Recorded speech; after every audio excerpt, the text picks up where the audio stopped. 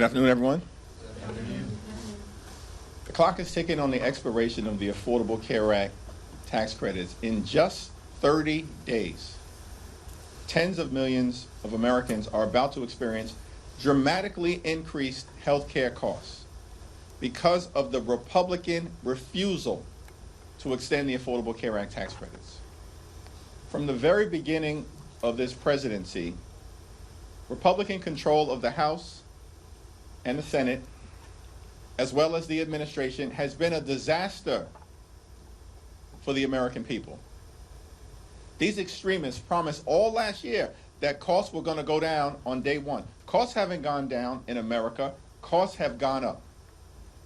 The Trump tariffs are increasing expenses on everyday Americans by thousands of dollars per year. Housing costs are out of control. Grocery costs are out of control. Child care costs are out of control. Electricity bills are through the roof. And now Republicans refuse to do a thing to prevent health care costs from dramatically increasing in a way that will deprive tens of millions of Americans of the ability to go see a doctor when they need one. Republicans have done nothing over the last several months to address the health care crisis that they have created. And they continue to refuse to take yes for an answer. Democrats have an active discharge petition, and all we need are a handful of House Republicans to join us, and we can trigger an up or down vote on a 3-year extension of the Affordable Care Act tax credits to save the health care of the American people. In every single state in this country, and protect the health care of people who these so-called Republican members allegedly represent, but who have failed to do a single thing to make their life better. Question? Leader Jeffries, your Senate Democrat colleagues have previously expressed openness to reforming the credits, working through differences. Why propose a 3-year clean extension? Time has run out on Republican inaction. They have done nothing over the last 60 days but stumble, fumble, and bumble as it relates to addressing the healthcare crisis that they've created. Understand that this year, House Republicans enacted the largest cut to Medicaid in American history. These extremists have thrown 14 million people off of Medicaid. At the same period of time, hospitals, nursing homes, and community-based health centers are closing all throughout the country, including in rural America, because of what Republicans have done in their one big ugly bill. They've launched an unprecedented assault on the Centers for Disease Control and the National Institute of Health, jeopardizing the well-being of the American people. Vaccines are increasingly unavailable in the United States of America. Children are getting sick unnecessarily all across the country. And now on top of all of that, that parade of horribles, Republicans refuse to extend the Affordable Care Act tax credits, which are going to expire this month. Time has run out on Republicans playing partisan games. We have a discharge petition that, if it received an up or down vote in the House of Representatives, we are confident will pass. But obviously Mike Johnson has zero interest in protecting the health care of the American people. Instead, these extremists are gutting the health care of the people that they represent, including in the state of Louisiana. Senate Democrats next week will be able to put up a vote for the HCA subsidies. Do you think there's any plan that Republicans would actually get on board with to have a bipartisan bill? And if not, what should Democrats put on the board? There are Republicans in the House and the Senate who during the Trump Republican shutdown consistently said that once the shutdown ends that they caused, that they'd be willing to address the healthcare crisis that they've created. Most immediately by extending the Affordable Care Act tax credits. Now, we hear nothing but crickets from them. It even appears that the Trump administration was ready to put forth a plan that would at least have been worthy of consideration, and that Mike Johnson tanked it. So now, Mike Johnson wants to act like he's the Speaker of the House? Really, when it comes to the health care of the American people and possibly doing something bipartisan, he wants to act like he's in control? When the reality is he's done nothing but bend the knee to Donald Trump since January 20th. I mean, House Republicans have been nothing but a rubber stamp for Donald Trump's extreme agenda since January 20th. And when it appears that Donald Trump actually might be willing to enter into a good faith bipartisan negotiation to extend the Affordable Care Act tax credits, House Republicans detonate the agreement. These people aren't serious about anything other than providing massive tax breaks to their billionaire donors. That's not a hypothetical statement. That's not hype. That's not hyperbole. It happened. They enacted the largest cut to Medicaid in American history. They ripped food out of the mouths of hungry children and seniors and veterans this year in their one big ugly bill. $186 billion cut to SNAP. And why did they do all of that? So they could reward their billionaire donors with massive tax breaks. And so the extremists are just showing the American people who they are. And as a result, the only viable path forward, it appears, in the House and in the Senate, is a straight extension of the Affordable Care Act tax credits. Let's see what Senate Democrats put on the floor next week, and we'll continue to press our case on our side of the Capitol. Thank you, Leader Jeffries. I just wanted to ask if there's been any kind of formal or informal back channeling with Republicans who might be supportive of the discharge petition going on at all?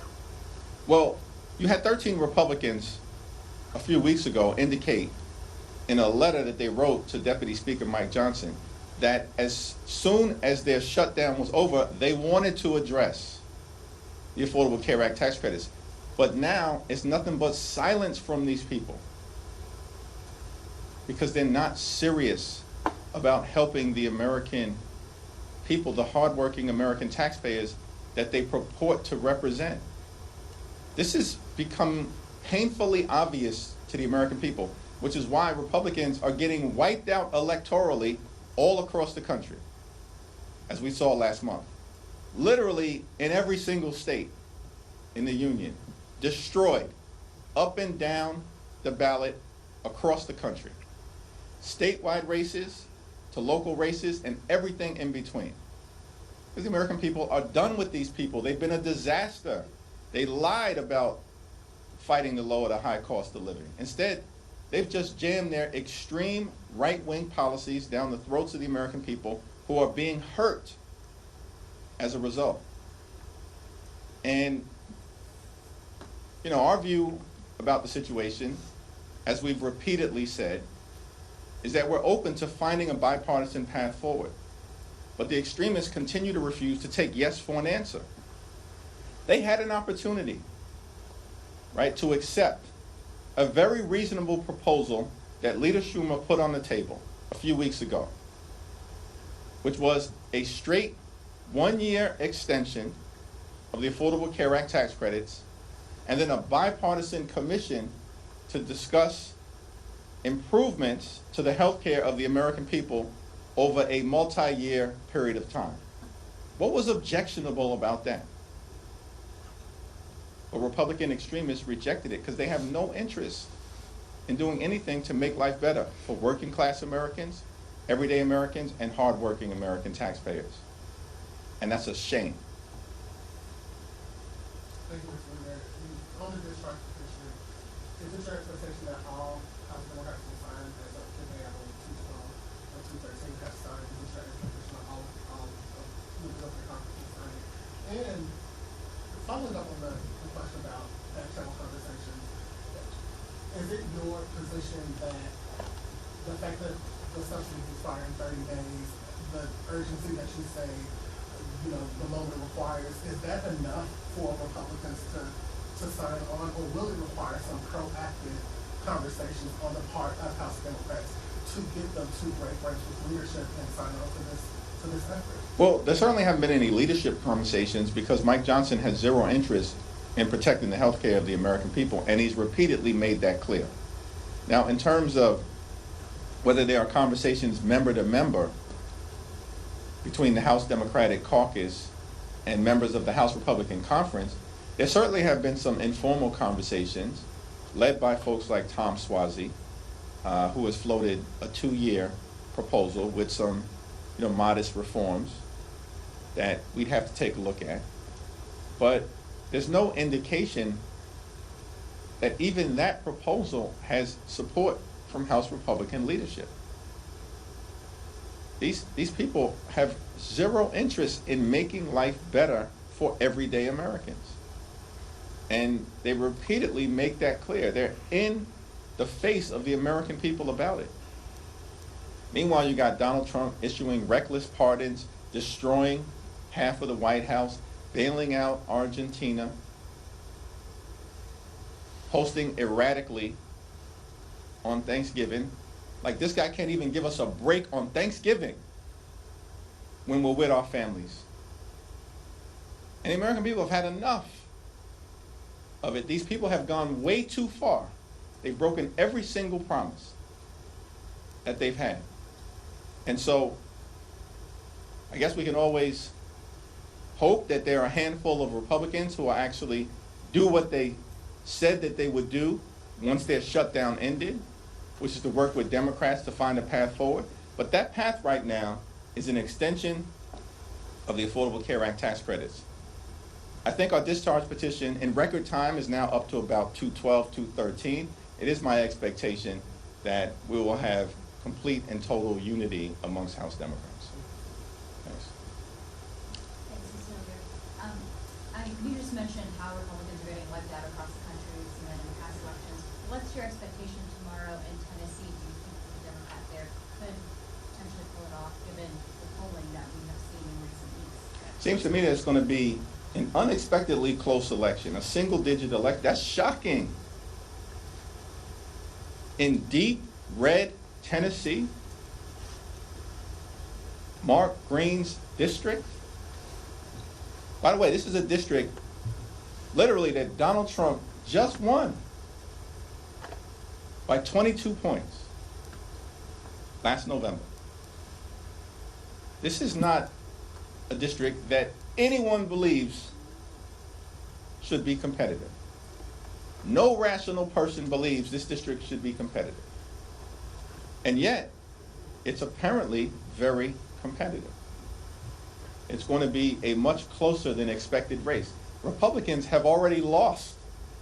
The fact that they are spending millions of dollars to hold a seat that Donald Trump just won by 22 points is extraordinary, and more evidence that Republican extremists are completely and totally on the run because they have failed the American people. And it's Democrats who are making the case all over the country that we are actually the ones fighting to lower the high cost of living, fighting to fix our broken healthcare system, and fighting to clean up the type of corruption that has the American people disgusted.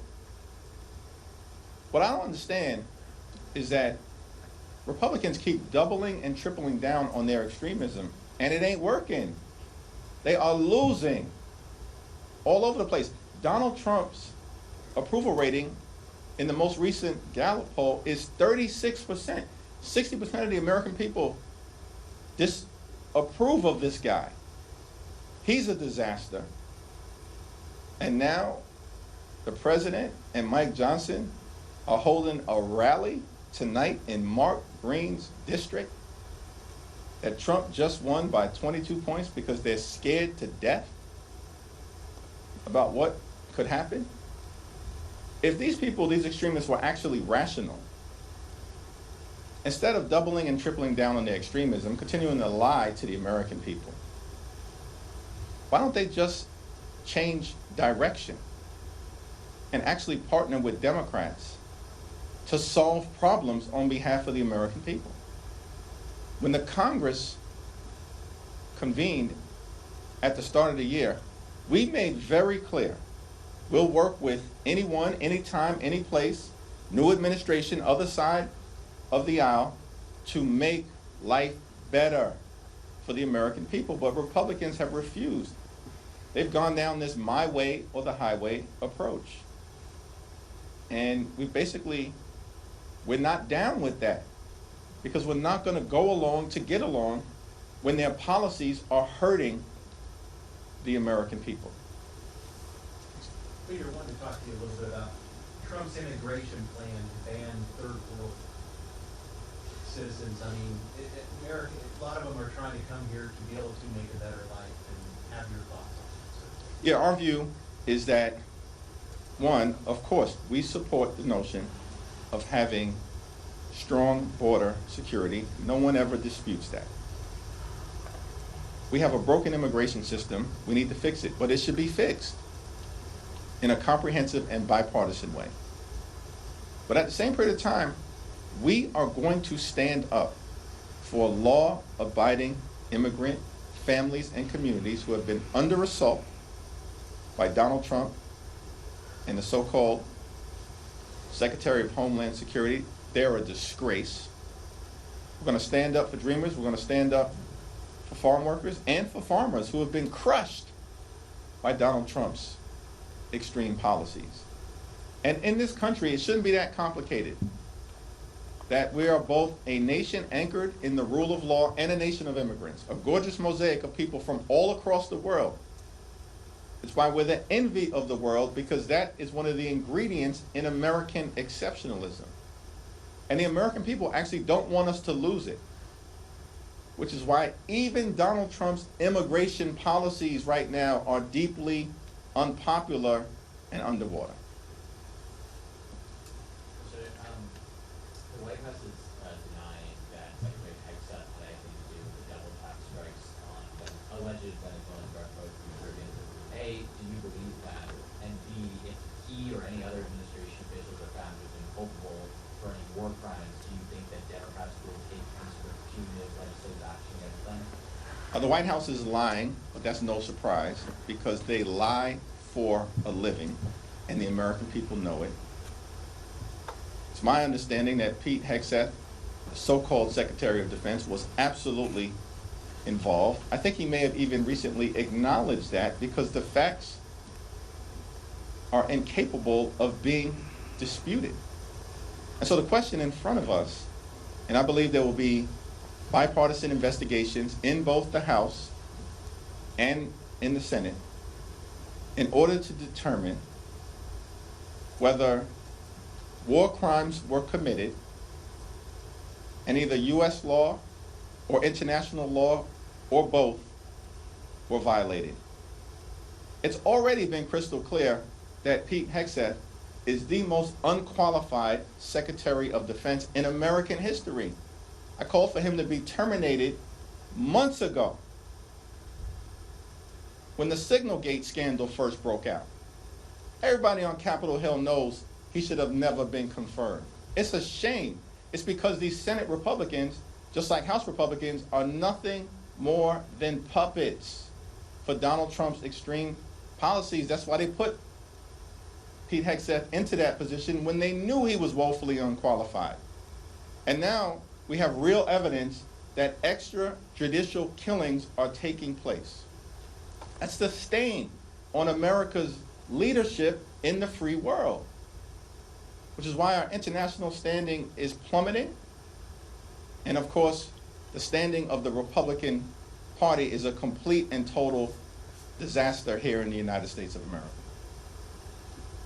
Thank you, Leader Jeffries. Following up on immigration, one of the more controversial policies President Trump announced in recent days is his intent to potentially strip citizenship away from anybody he feels isn't a benefit to the United States. I'm just curious, what's your reaction to that? That was an unhinged statement by Donald Trump. He knows he doesn't have the capacity to strip citizenship away. He's behaving like a wannabe king, and the American people are rejecting that. Thanks. I think it was your last press conference, you made mention of the need to clean up the ethics in Washington. Do you support leadership really bipartisan rule, and do you have any evidence that a bill like that would actually make it this time after years of failure? Yeah, it's not clear to me that the legislation introduced by Chip Roy is actually going to make it out of the Republican-run committee, yet alone on the House floor, because Mike Johnson and Steve Scalise and Republicans oppose the legislation. These people have zero interest in cleaning up the corruption that is benefiting members of their party in real time. We know that's the case because Donald Trump and his administration is the most corrupt administration in American history. It's not even close. Richard Nixon is way down in the distance. It's wild, the corruption that we're seeing in real time. And we don't hear a peep from Mike Johnson, Steve Scalise, or any of them about the corruption that's taking place in the administration, in the Supreme Court, or in the Congress. House Democrats have made clear, we overwhelmingly support a ban on congressional stock trading.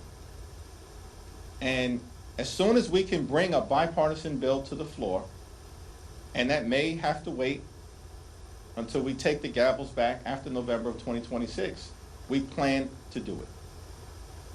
Thanks. Kevin? When it comes to the Hegseth tax in the Caribbean, you talked about the bipartisan approach here. Are you confident the Republican left committees that are going to actually go through the full and complete review of this? And to what extent, given the nature and the control of the House right now, would impeachment be something? Well, Republicans will never allow articles of impeachment to be brought to the floor of the House of Representatives, and we know that's the case because Donald Trump will order them not to do it. So what's on the table is a meaningful investigation, which we can hope would be bipartisan. I have full and complete trust in Adam Smith, the once and future chairman of the House Armed Services Committee. I can't speak to whether I've got any confidence as to what Republicans will do on the other side of the aisle.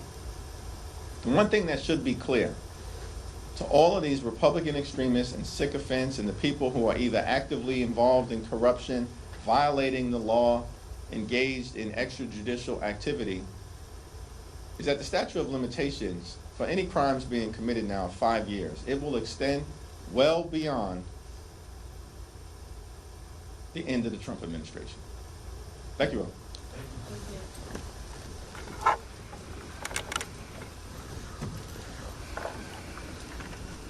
Thank you.